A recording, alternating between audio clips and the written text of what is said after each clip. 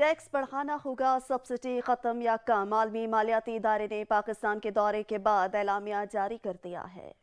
آئی M F کی جانب سے جاری اعلامیے میں کہا گیا ہے کہ آئی ایم ایف ٹیم نے 31 جنوری تا 9 فروری پاکستان کا دورہ کیا، جو پروگرام کے 9ویں جائزے کے لیے تھا، جبکہ دورے میں پاکستان سے تعمیری بات چیت ہوئی ہے۔ اعلامیے کے مطابق مذاکرات میں مقامی اور بیرونی ناہمواریاں دور کرنے کے لیے قابل ذکر بات چیت آگے بڑھی ہے۔ دورے میں مستقل ریونیو حصول کے اقدامات، نان ٹارگیٹڈ سبسڈی میں کمی، غریب طبقے کے سماجی تحفظ بڑھانے اور سیلاب متاثرین کی مدد کرنے پر بھی بات ہوئی۔ اعلامیے میں کہا گیا ہے کہ مذاکرات میں گردشی قرض میں کمی کر کے توانائی کے شعبے میں عملداری یقینی بنانے اور پاکستانی حکام سے توانائی کی فراہمی بہتر کرنے پر بات ہوئی ہے۔ اعلامیے میں مزید کہا گیا ہے کہ I M F team macro استحکام کے لیے پالیسیز پر عمل درآمد کا خیر مقدم کرتا ہے۔ میکرو استحکام اور پائیدار ترقی کے لیے سرکاری شراکت داروں سے مالی مدد پاکستان کے لیے ضروری ہے۔ فیصلہ کن پالیسیز پر بروقت عمل درآمد سے پاکستان میں میکرو استحکام آئے گا، جبکہ ان پالیسیز پر عمل درآمد کے لیے ورچوئل مذاکرات جاری رہیں گے۔